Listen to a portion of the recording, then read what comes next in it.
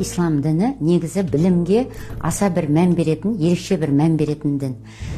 Пайғамбарымыз Мұхаммад саллаллаху алейхи уассалам өзінің хадисінде білім алу ерге де әйелге де парыз дейді.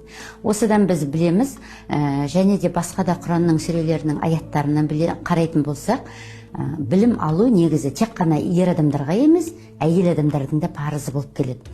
Және де осы шариғаттың шеңберінде өмір сүрген дейміз ғой, ата-бабамыз еш уақытта да қыздарының тәрбиесін, білім алуын, көзі ашық, көкірегі ояу болуы деген нәрселерге жіті мән берген. Қазақ даласында ең алғаш қыздардың мектеп ашылған білеміз. Сол секілді тіпті үй тәрбиесінің өзінде қыздың ұяты анаға деп, мынау барын білетін білімін, болашақ бір жерге келін болады, болашақ ұрпақтың анасы деп, барлық білетін тәлім тәрбие болсын, салт дәстүр, отбасылық құндылықтар болсын, бар нәрсені балаларына, қыз балаларына беруге тырысқан. Bir парыздың, осы бір білім алудың маңыздылығын түсіне бермейміз. Сондықтан да болар тек қана әйел адамдардың білімі көбіне мектеп қабырғасымен, университетпен, колледжбен ғана шектеліп қалады. Ал жалпы білім тал бесіктен жер бесікке дейін дейді ғой. Қазір білім алам деген адамға бар түрлі жолдар ашық.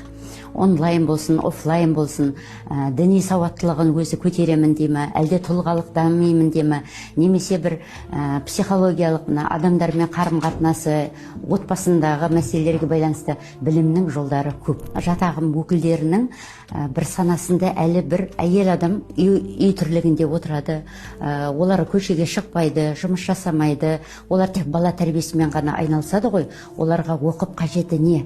Оқудың қажеті не дегенде, сондай бір қате түсініктермен кейде бір жасөспірім қыз балаларын да мектеп бітіргеннен кейін бірден тұрмысқа шығаруға асығып жатады. Немесе ары қарай оқуларын жалғастырып, өзінің бір орнын табуға кішкене шектеу қойып жатады. Жалпы қазақта өте әдемі мақал бар.